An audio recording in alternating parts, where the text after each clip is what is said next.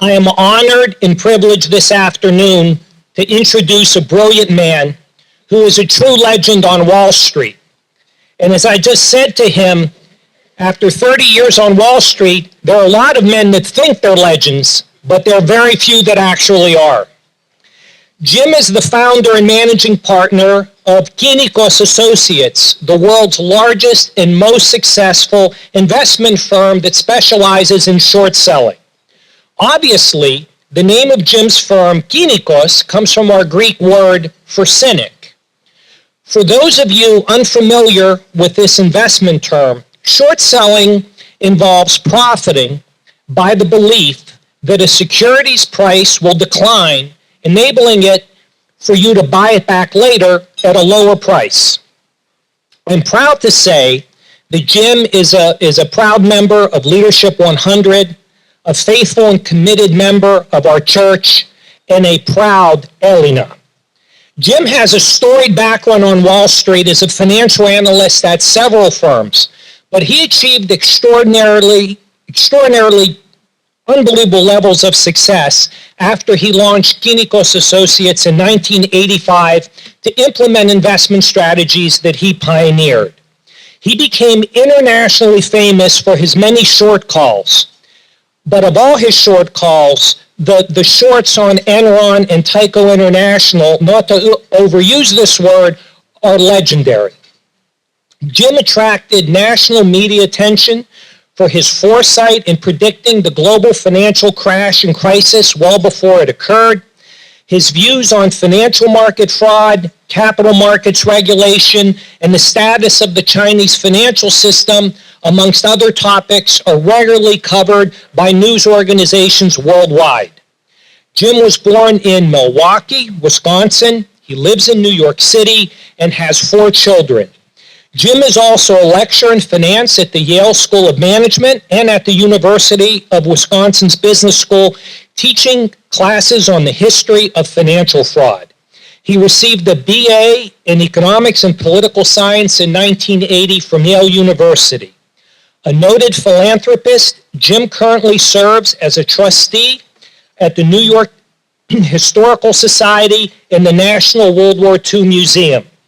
How fortunate we are to have Jim share his views with us this afternoon at such a critical time for our economy, where we are politically, and for our society in general. And so, and I really mean this, I am truly honored and humbled to introduce Mr. Jim Chanos. Thank you for that ridiculously overblown introduction. Expectations are now going to be way, way too high. And as it was, I'm sort of fortunate to even be here, at least only a few minutes late, as I indicated to my table mates. I was in London last night and flew back first thing this morning. And upon arrival at West Palm, Customs and Border Patrol, for whatever reason, decided that I looked suspicious enough that based on, I don't know if it's on the new executive orders or whatever, but that they should go through everything, which they did thoroughly and very professionally. And when I was free to go, I told my driver, hit it, because I've got to get to the resort and change into my suit, and I've got people waiting to hear me speak. And my driver, Fernando, from Miami, who I've employed for years and years, wonderful Cuban-American, did not need any extra exhortation to hit it. And so we did, and were promptly pulled over by the West Palm police. It's true. Now, at this point, as a reasonably well-known Democrat, I began to have my suspicions. It was just a little bit too Customs, Border Patrol, the cops, okay. I explained to the officer, I apologized. I said, I told my driver, try to make haste because I'm speaking before a group of great Greek Americans just down the road, and he sort of looked me over, and then he saw that my lady friend, who was completely on her way to the hospital right now with the flu, I think he took pity on her and let us go, although I'm still not quite 100% sure on that. It reminded me a little bit of the story. This elderly couple had been married for years and years and years. We're driving out to the Hamptons one Friday evening, and they'd been fighting all day, and they get out to Highway 27, and the wife says, we've been in this car forever. Why don't you speed up a little bit? So the husband gets up to about 75, 80 miles an hour. Cops pull him over. And see, you told me to go faster. Now look. Policeman comes up, asks for license and registration, and hands him the paperwork. Police officer says, "Sir, your registration is expired." His wife says, "Officer, I've been telling him to get that taken care of now for months. He wouldn't do it." Looks at his wife, "Shh, quiet." I says, "Sir, I also noticed that you're not wearing your seat and harness belt. That's a violation of New York state law. Why aren't you wearing your seatbelt?" Before he could say anything, his wife says, "Officer, since the Triborough Bridge, I've been telling him, put your seatbelt on." Be quiet. I said, "Sir, do you know why I pulled you over?" He said, "Well, I think I was going over the speed limit." "Sir, you were going 20 miles an hour over the speed limit." Before he can give any kind of defense, his wife said, "Officer, I told him to slow down. He was going way too fast." And with that, the husband just lost it. "Would you please be quiet? You've been nagging me all day, and now we're in trouble, and you keep making it worse." The police officer leans in and says, "Ma'am, is he always so abusive to you?" And she says, "Oh, no, officer, only when he drinks." So it could be worse. Remember, it can always be worse. Michael had indicated that I run the largest short-selling investment firm on Wall Street, and before you get too excited about that, that's like being called the strongest man in France. It's a low bar. There aren't many of us left. And so I thought today what I would talk a little bit about, and then happy to open up for questions, because usually we get things, we get some interesting questions, is tell you a little bit about my journey and put it within the context of a historical framework. And Michael had indicated, as one of my part-time jobs, I teach the financial history course, and as part of that, I really have gotten fascinated with the cycles of political economy, going way back. And I thought, because I know a lot of you are interested not only in Greek history and Greek American history, but in sort of the bigger picture. And we've been telling clients in the last 2 months our observations about the political cycle, and this will all come together in a few minutes. You'll see how. But I was also pleased to be among the earlier members of Leadership 100. When I had a little bit of success on Wall Street in the late 80s, I'd taken on Mike Milken and a company called Baldwin United, the old Baldwin Piano Company, which was a giant fraud, biggest bankruptcy in U.S. history up until that time, 1983. And, I'd started to sort of become a little bit hardened, a little bit cynical, although the Kynikos, as many of you know, the cynics were not a pejorative in ancient Greece. They were the believers in self-discipline and independence of thought to advise the citizenry against demagoguery. So it was the cynics had an important role in ancient Athens, led not least by the legendary Diogenes. But in any case, I figured I kind of had seen people come and go, and I sort of knew my way around. And how and why I ever took that call from Father Alex is beyond me, because as many of you know, it was just a call. Let's have coffee and have a chat. I said, that sounds great. I'd love to meet you. He and I laugh about that ever since. But it was a thrill to be part of it. It was a thrill to be part of the Archdiocese in those days. And I am even more thrilled to be asked to speak before this group this afternoon. So, let's go back to 1979. In 1979, I was working summers in between my university years as a steel worker. I was a member of the Boilermakers and Pipe Fitters Union in South Milwaukee. I worked for the Inland Steel Company. My mother was an office manager and had gotten me a job working summers in the steel plant. We made tubular steel. It was the Babcock and Wilcox division. Still exists, although not in Milwaukee anymore, sadly. And business was booming in 1979. Tubular steel was needed for the oil and gas industry, for the nuclear power industry, and our rolled steel was the best. In fact, it was so good that in the 3 months I worked, I made more money at $14 an hour as a union employee than I made my first full year on Wall Street in 1981. And that's important for a reason. I was given all the time I could handle by steel workers who wanted to spend more time in the summer with their families. They had boats, they had second homes.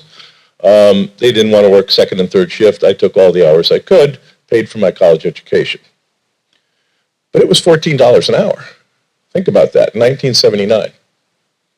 My first year on Wall Street, I made $12,000.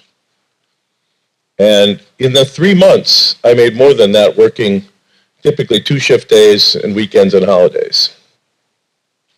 Now, I didn't know it, but I was literally on the cusp of a very, very important political economic change. I was born in 1957, the peak baby boom year. And so I came into the workforce as everything was about to change. But I didn't know it, and we didn't basically know it. And so now I'm going to take you back another 40, 50 years to the previous major change in political economy. And I believe firmly that these things go in long waves. And in 1929 to 1933, we saw, in my view, the end of the first globalist economy. The ending of World War I was sort of the beginning of the final acts of nationalism, of globalism. If you recall your history, there was no year greater for global trade until many, many years later than 1914. There was a perceived wisdom that countries would not go to war because the world had become so interconnected by 1914. We remember the Roaring '20s in the U.S. as a boom time. It was anything but for the rest of the world. Europe was in shattered condition, as was much of Asia. Germany was racked by hyperinflation, could not handle its war debts. A whole series of new carved-out countries were creating frictions in various parts of Eastern Europe, Middle East, which reverberate still to today. And then we had the crash of '29 and the resulting contraction in the global economy. And what had been an increasingly interlinked global political economic order, which the League of Nations tried to keep together, blew asunder. And we saw the rise of isms. More importantly, we saw the rise of nationalism in the modern era. We saw the rise of fascism, starting in the late 20s in Italy. Hitler, elected in 1932, taking power in 33.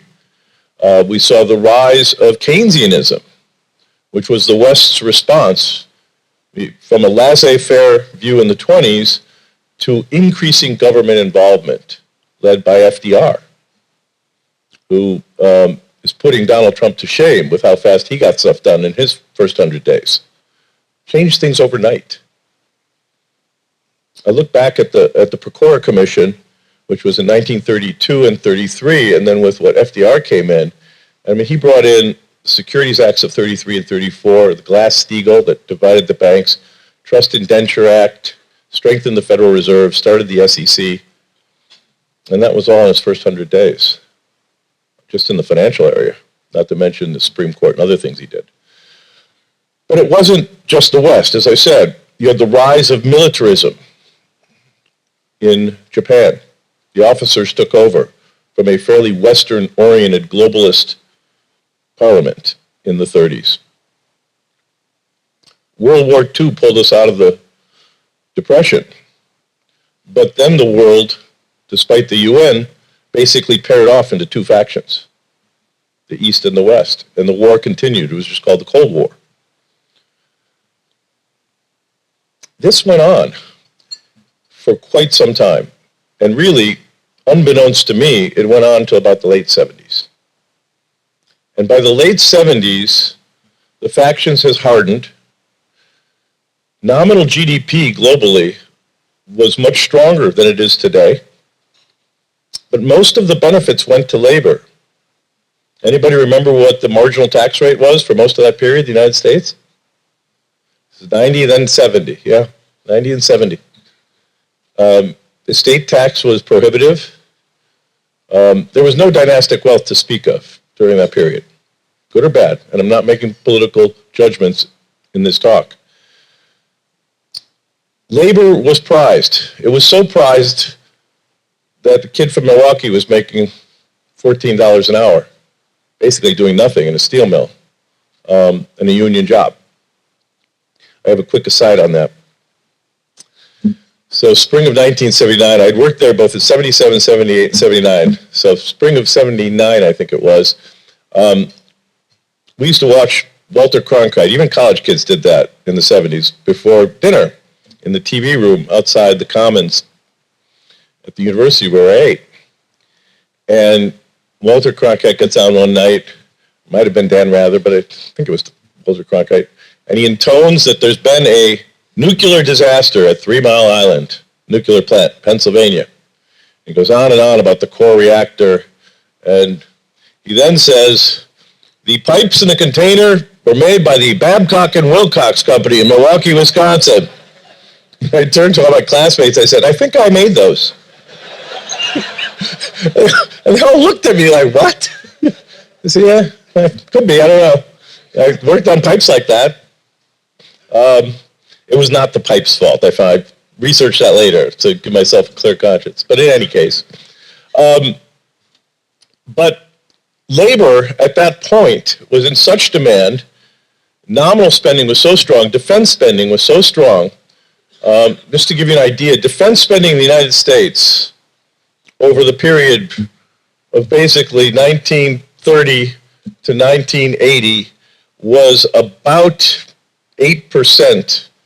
If we take out World War II and take that effect out, it was about 6 or 7% of GDP every year. Since then, since the early 80s, it's been about 2 to 3%. So defense spending was twice as much, even in peacetime, during that period of nationalism. But what happened? What happened as the Cold War began to inexorably end, with the West winning? Now, the wall didn't come down in '89, but I would pose to you the following. Mao Zedong died in 1977. In 1977, the Chinese economy in real terms was no better than where it was in 1848 at the start of the Opium Wars. It had literally lost over a century. In fact, the Chinese still talk about the lost century, whether under the warlords, the emperor, or communists. No progress. And Mao passed in 77. Solidarity started in 1978, and we saw the first stirrings of freedom movement that wasn't immediately squashed in Eastern Europe. The peak of the Soviet Union was 1979 in Afghanistan. We didn't know it at the time, but that was it. That was the height, and Nicaragua, that was the height of the Soviet Union's foreign influence. A woman named Margaret Thatcher was elected in the UK. And the first thing she did was take on the unions, coal miners. It was brutal. But she was determined to break Great Britain's reliance on high union wage labor, and she went after it to try to invigorate a more capitalistic society into the UK culture. And then a guy named Ronald Reagan was elected following Watergate and the spirited 70s. A guy named Ronald Reagan was elected in the U.S., and among other things, followed Margaret Thatcher in his epic fight with the air traffic controllers. Now, living in that time, you didn't see it. Just a couple of other observations financially. The stock market peaked in 1929. It did not get back to its previous level till 1953, but in real terms, not until somewhere in the 60s, and then spent 1966 to 1982 in real terms going down by 50% again. The bond market went from basically 3% interest rates in 1946 to 14% interest rates in 1979. So if you had had a balanced 60-40 portfolio, as many of you I'm sure do, conservative, rebalanced, over the course of this period of nationalism, you made very little money in real terms in paper assets. Very little, a couple percent. And if you had stayed in safe investments, you were killed. If you had bonds and no variable interest assets or equities, you were absolutely, utterly destroyed by both the drop in the bond market and inflation. Paper assets were treated very poorly during that period. You wanted to be labor, not capital, for lack of a better term. You wanted to be in the defense industry. Great times for the military-industrial complex. You did not want to be on Wall Street. As I said, when I entered Wall Street in 1980, my salary plus bonus was $12,000. And you get a job anywhere you wanted.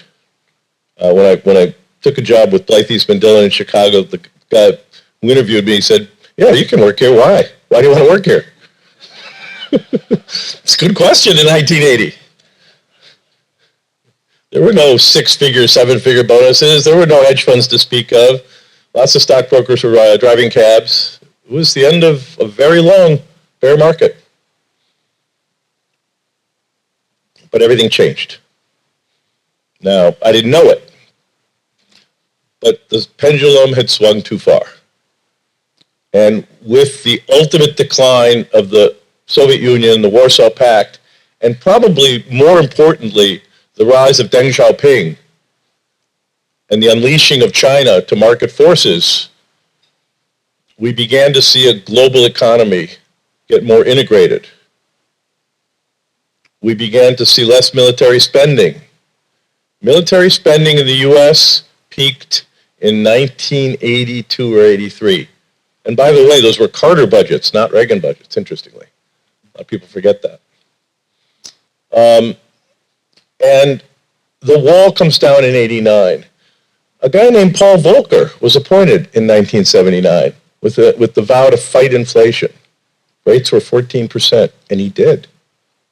So you ended up having a 30-some-year bull market in bonds, which kicked off basically a 35-year bull market in bonds and stocks together. Real rates of return in paper assets have been, over that period, high single digits, low double digits at almost any 5 or 10-year rolling average you can look at. You didn't have to invest with a hedge fund guy. You could be throwing darts. Be doing just fine. But who lost out? Well, we know who lost out because we've heard about it. Middle class lost out. Labor lost out. Median wages had stagnated for years and years and years. Not because employers weren't paying them more, but because employers increasingly had to pay more and more for benefits. Employees didn't see that in their paycheck, but it was going into the healthcare industry that went from 4% of GDP to almost 20% of GDP today. And so this brought frustrations as time went on.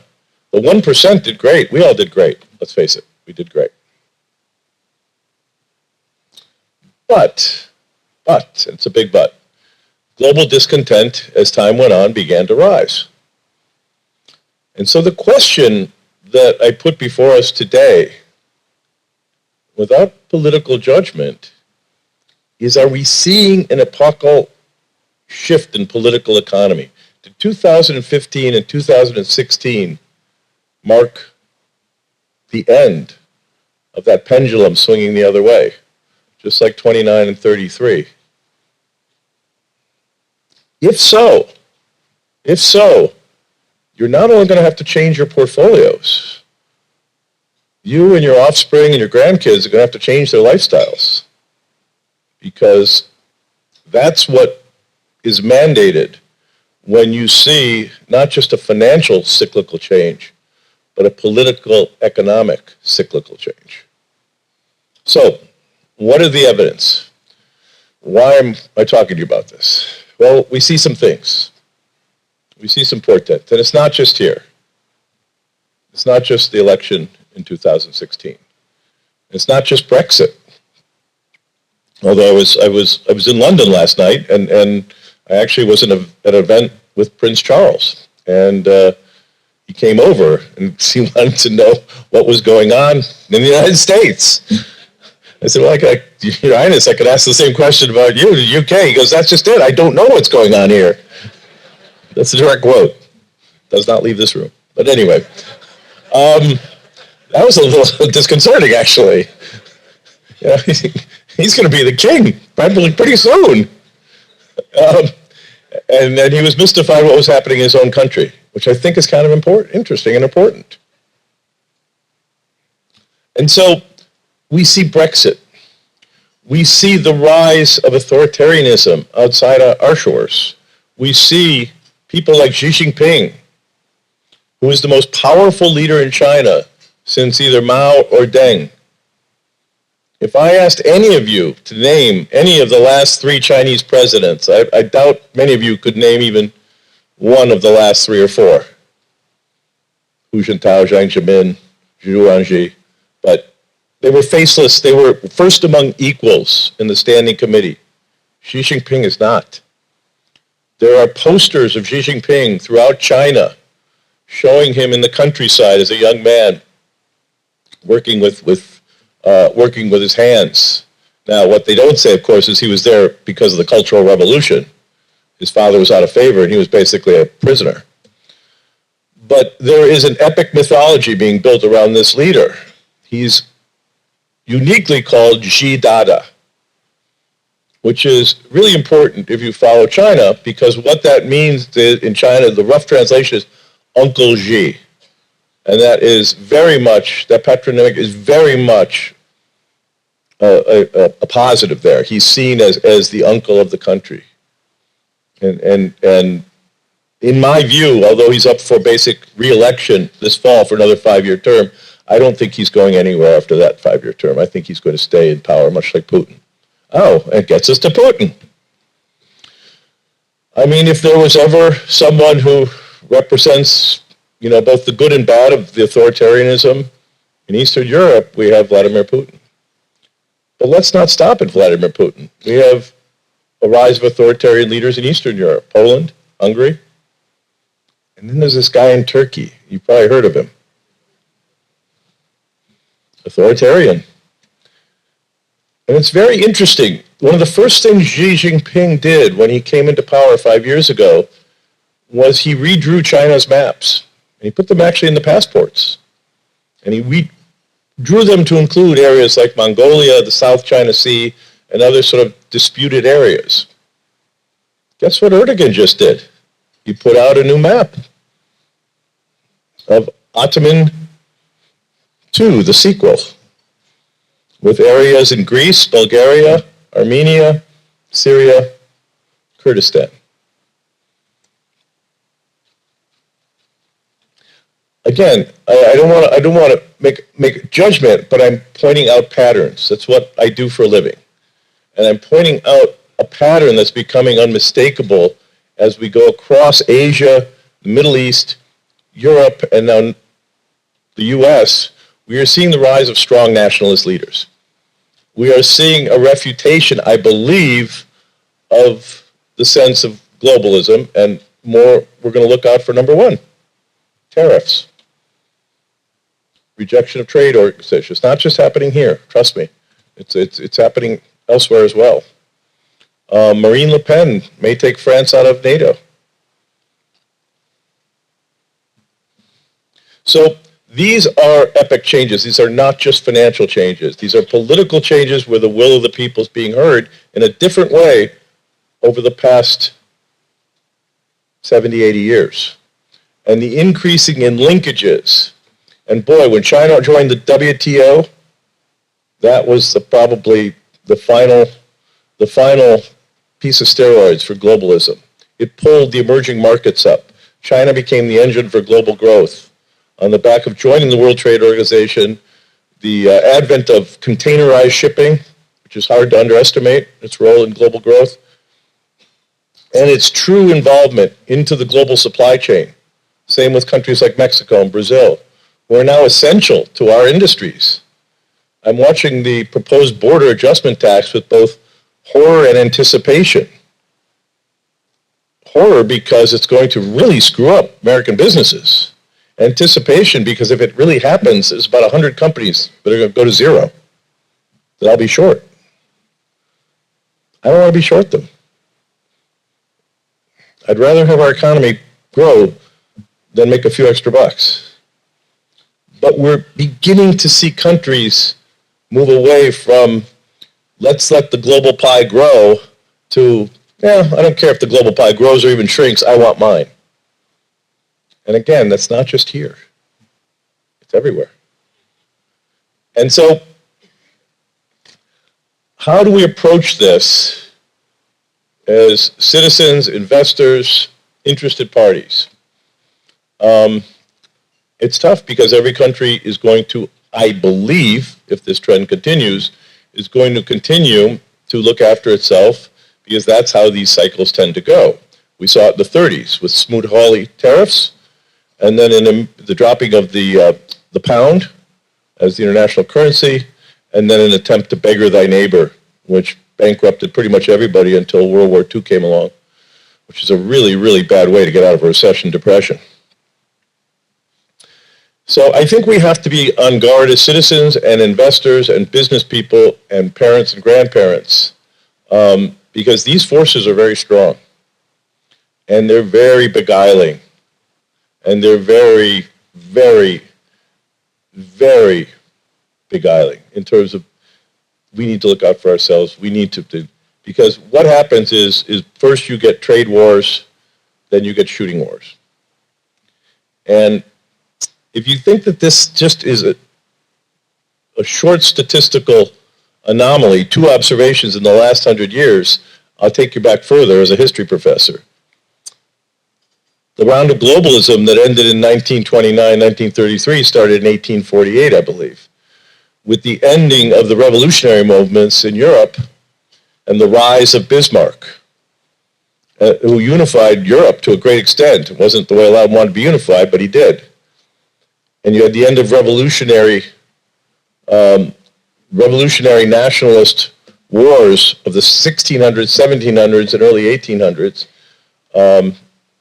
And of course, China and India were great powers at that point, up until the opium epidemics of the 1840s. So we've seen this. We've seen what nationalism can do.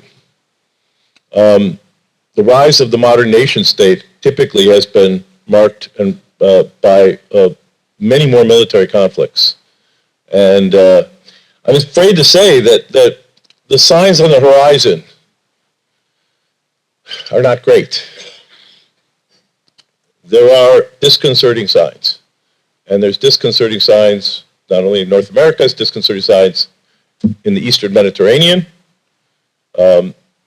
It's sad to say, it looks like the country of our forebears is back in the financial soup. If you've been reading the papers, they're back talking to the IMF and the ECB and talking about getting debt concessions again.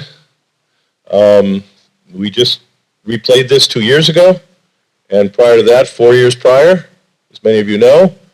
The problem is the debts were not really forgiven, and Greece cannot grow out of its current debt problems. As an interesting side note, does anybody know the EU country that spends the highest percentage of its GDP, or NATO country, excuse me, on defense? You can't answer this because you know the answer, it's Greece. Higher than the US, higher than the UK.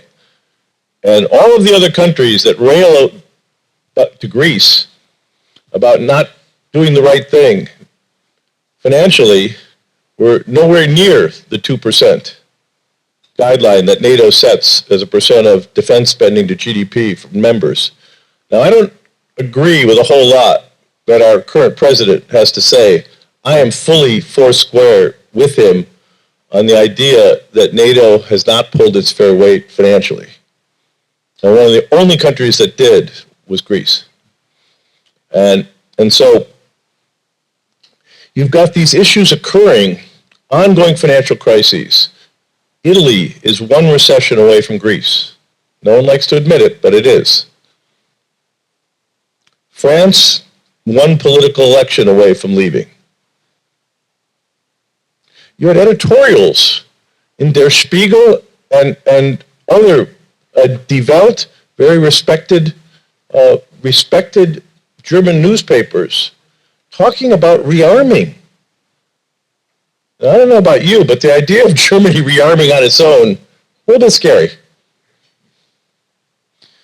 I found it always interesting when talking about the Greek debt situation that the Germans would not cotton to a Greek debt forgiveness or forbearance. Yet the Greeks agreed to a German debt forgiveness in 1953 as part of the Oval Agreement to bring Germany back into the group of nations as an important bulwark against communism. Greece agreed, by and large, to forego its claims with one or two exceptions, and I don't want to get, that's a whole separate lecture. And if you think about it, and I told the German foreign minister this at a dinner a few years ago, and he did not like it. I said, you know, really, by being in the euro, you have a currency that is weaker than the Deutschmark would otherwise be. And you like that because you are exporting, in many cases, to countries like Greece and Italy and Portugal and Spain, defense items, capital goods, automobiles. I said, so basically Germany is engaged in vendor finance, right? You're lending money to these countries to spend more than they otherwise should on your manufactured goods. So he sort of said, well, okay, where are you going with this? I said, well, is it really so bad to forgive a country some of its obligations for buying Mercedes? Because the Greeks forgave your debts and you did some other stuff with that money. That's when he got upset. And so, we are bringing these things to a head at the wrong time.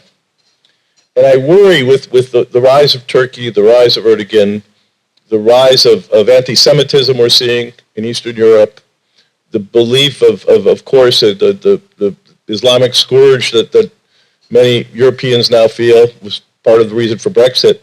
We are hardening our attitudes, not only to our fellow man, but from a financier's point of view, an investor's point of view, we are going to begin to take the next steps, which is put up trade barriers, pull out from multilateral trade agreements and negotiate bilateral trade agreements that are much less efficient. We're going to disrupt supply chains in the increasingly connected world, which is what happened in World War I, by the way. And make things much more difficult because of that horrible law of unintended consequences, where we think we're doing the right thing, but we shoot ourselves in the feet. And unfortunately, history gives us a lot of guideposts on this, and they're not good. So with this optimistic and uplifting talk I'm giving you. I want you because you're all successful Greeks, and Greeks as part of the diaspora do well wherever we are, you know that. But I just want you to think as citizens of the United States and citizens of the world, and think about some of the ramifications of some of the dark things you hear. Because it's not going to just be political, and God forbid, hopefully not military. It's going to be economic, it's going to be financial, it's going to be anti-growth. And it's going to be really, really good for a short seller. But I don't want it to be. Thank you very much.